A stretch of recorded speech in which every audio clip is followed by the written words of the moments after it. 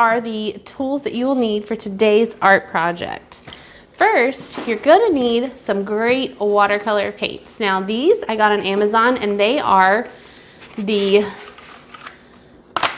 ones that come in a tube and you squeeze them out and add water to them. If you're using this, you will need some sort of palette.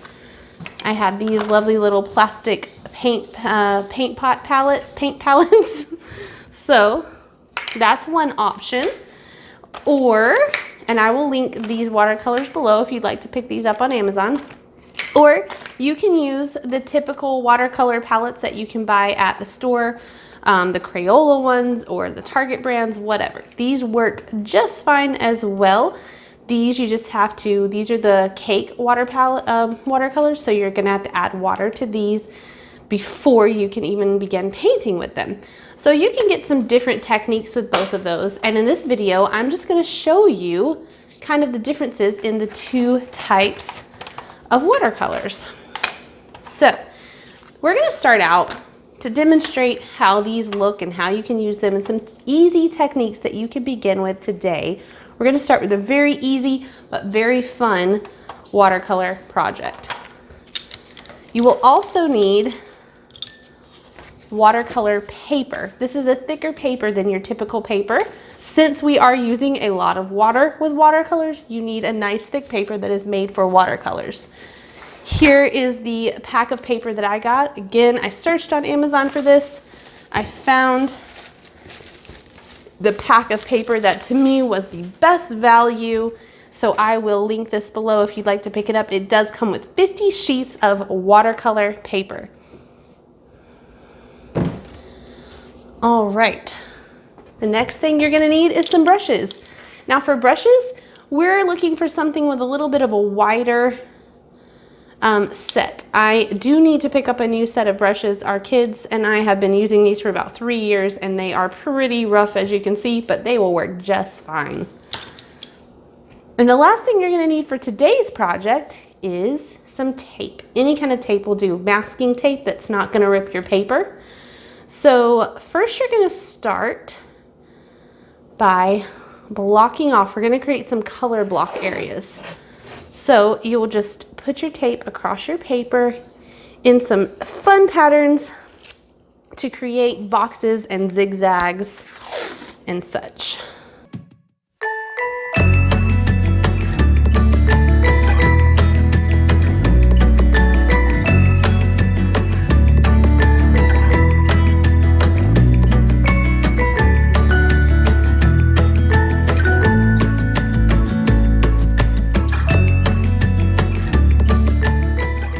So this is the first step. Make sure all those tapes are on very good. Again, you're gonna use some sort of masking tape. This is the Scotch masking tape. It's printed, you don't need printed because you're gonna be throwing this away. Any kind of masking tape will do so that it won't rip your paper when you tear it back off. So that's the first step. Next, we're gonna get our watercolors ready. So when we start with this tube watercolors, I'm just gonna put a few of the colors I wanna use. And you do not need much because again, these are concentrated and you're gonna be adding water to them.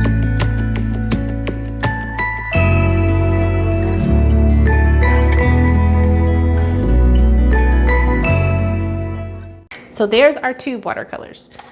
Then we'll have, of course, our watercolor cakes over here. All right, so let's see how the different types of watercolors look. I'm gonna go in first with some water. This is what you call your wet on wet technique. So this is just simply where you're putting clean water on the paper first. Then you get more water and you're gonna get a little of your, mix it in. You can see that it's already starting to look like watercolor as you mix it in. And you're gonna go across. You're gonna keep loading up your brush. Now with the wet on wet, you can also kind of put some dots on and it will spread. If you want a little more water, you can spread them a little more, however you want to do it. You can blend that in if you want or leave it. So that's your wet on wet with the tubes. So now I'm going to clean my brush off, and we're going to try the same technique but with the watercolor cakes. So again, I'm wetting my paper, then I wet my brush again, and I'm going to go in, load my brush up with lots of pigment, and you can see how that looks. Now with this, you're getting a little more water in with it. So as you see, it spreads a little bit more.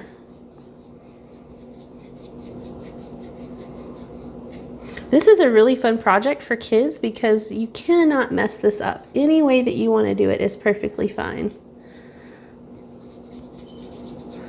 All right.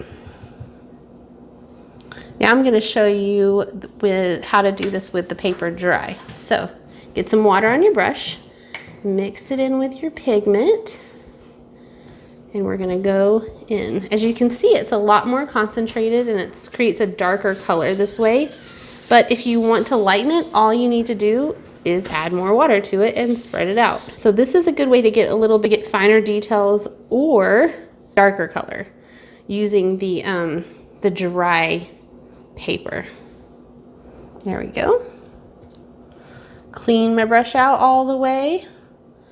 And I'm going to try the same sort of green color in our watercolor cakes. We'll put it over here. This one's a lot more yellow, obviously, but you can kind of get the picture here. There we go. Now when you're wetting, if you're gonna wet the paper first and use this wetting technique, this is a great way to create like a background that you want to look very soft, like a sky or a sunset, something that you want to look very soft.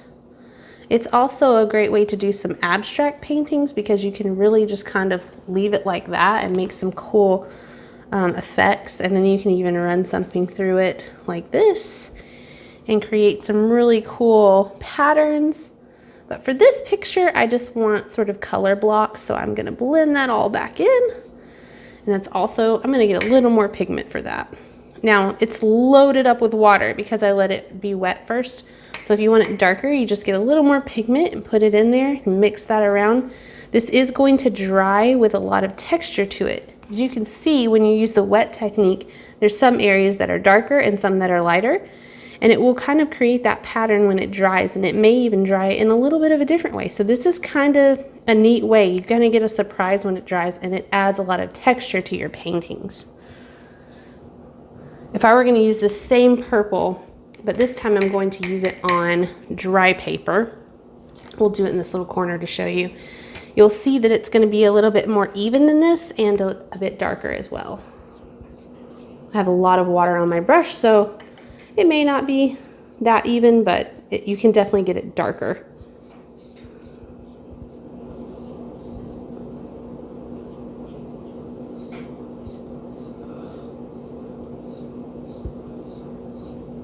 Here we go. And if you wanted it to be completely even and a bit more soft, what you could do is you can then take a dry brush and you can kind of get some of that excess wetness off, and as you can see, that creates a very soft, even color. So that's another great technique if you're wanting to do something with an even but soft color. So here I think there's a little too much color in the corner, so I'm going to dab some off, and there's a little too much corner on this last little bead down here, so I'm going to dab that off. So if you want to keep a dry brush handy, or you can just take the brush you're using on a paper towel and dry it off to soak up any excess water or color. The great thing about watercolors is that it's really not precise no matter what you do, and that's kind of the fun of it. And that's what makes it so interesting as well and fun to paint with. You do not need to worry about making anything perfect. And like right there, I forgot to get a little water and it was too dry. Well, all I have to do is add a little water to it. If you make kind of a mistake or something that you see as a mistake, you can usually fix it with watercolor. Just add a little more water, or if it's too much water, use a dry brush or a paper towel and dry it up a little bit. You really can't do anything wrong with watercolors.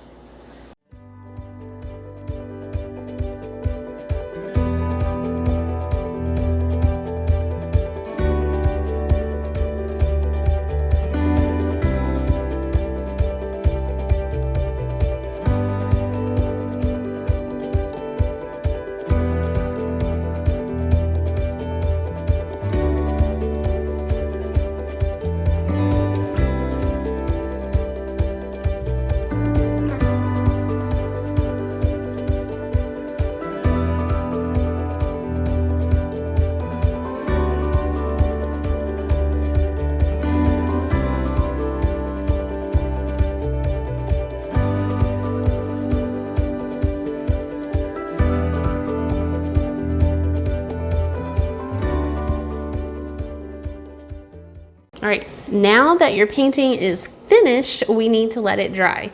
You can either just wait it out, you can set it in the sun, or you can blow dry it. I'm gonna blow dry mine so that we can quickly move on.